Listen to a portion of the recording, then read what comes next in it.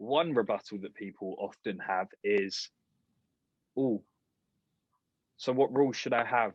Or I don't know if I can have any rules. People don't understand who makes the rules in their business. No, this is endemic. It's awful. Yeah, it's almost a cliche. You see it on LinkedIn. I just had this conversation with prospective client, someone on LinkedIn, and I said I wasn't prepared to say do any work for this amount of money. Was I right to do that? They're debating. They're bringing onto LinkedIn a public debate of whether or not they should work for a lower fee or give a discount. Do you remember when COVID first kicked off? People were saying you should give discounts. Oh. I couldn't believe this was a topic of discussion. People were put our prices up. Yes, we did. And we doubled the business in 2 months. Yeah. On the higher prices. People were actually having a fucking serious, this is like grown-ups, business owners, were having serious conversations on LinkedIn about whether or not they should give discounts, cut their prices, work for free even. People should be working for free because some people are struggling. There's always somebody struggling. I would be more impressed by these people if they said, well, when I'm making a profit, I'm going to share it with everyone on LinkedIn too. I don't think so, Sonny. Not fucking profit sharing. I'll agree to profit sharing with employees when they agree to loss sharing too. Yeah. Yeah, that's fair enough, isn't it? It's more than fair enough. It's more than fair enough. Yeah. Anyway, to the original point, the only person that's going to make fucking rules. So, go on, John. It's you. It's you. You make the rule. You know, not your competitors, not your clients, not your employees, not your friends, not your colleagues, not your peers, not your family, and especially not your fucking spouse, unless he or she is involved in the business and is competent to have an opinion. I absolutely adore my wife. I worship the ground she walks on. She works in the business. She's an equal part owner of my business, not mine and business, my own business. But I never ask her opinion about things. I mean, if there's an opinion I want of a neurotypical, I will. If I'm not sure if something's a little bit, will people take this as being odd because this is from my autistic point of view perfectly normal? Of course I will. She's qualified to have that because she's neurotypical. If I'm thinking about going in a certain direction with work, a certain kind of client, a different model of say foundations or another mentoring thing, I don't ask Sarah. Why the fuck would I ask Sarah? She's not qualified to have an opinion. She's my wife, not my fucking business partner. Well, she is my business partner, but she's not my fucking business advisor. It would be insane. And please, you fucking morons, don't tell me, oh, it's polite. It's considerate. It's not. It's stupid. Do you remember the story?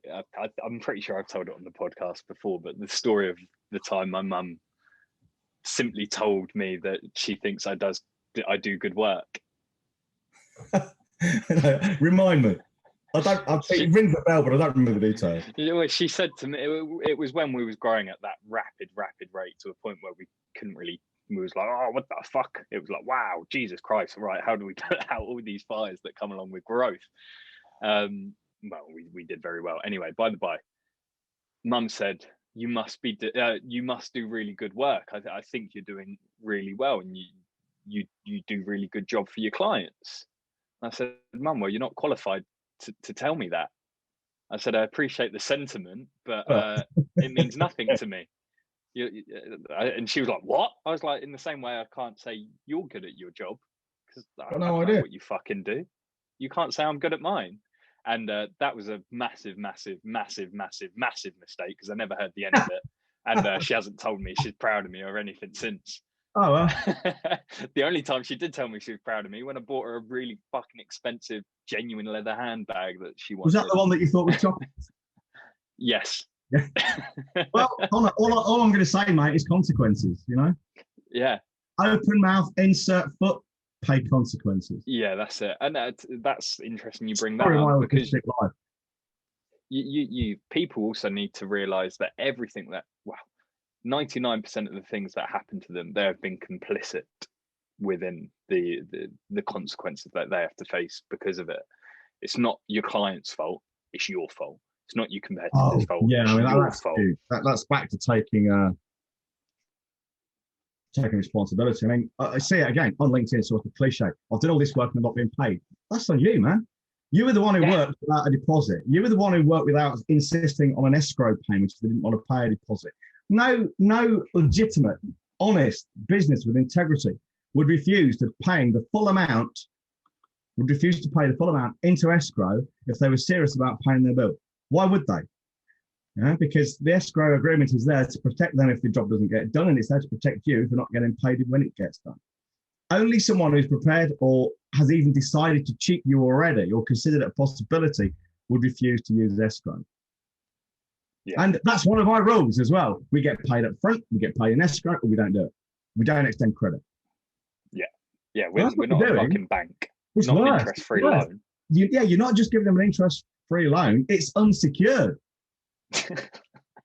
You're giving them an unsecured and it's an unsecured interest-free loan, and you've not even done your fucking due diligence either. You don't even know if they can pay it. And you've wasted hours of your life delivering something that you're not going to get paid upon. Well, what you're doing is you're working for free and hoping you're going to get paid for it on a promise. Your livelihood is then subject to someone else's goodwill. Well, that's what I call fucking stupid. Hope. It's the hope that kills you. I said that Hope is the not a other day. strategy. Hope is not a strategy. Yeah. And anytime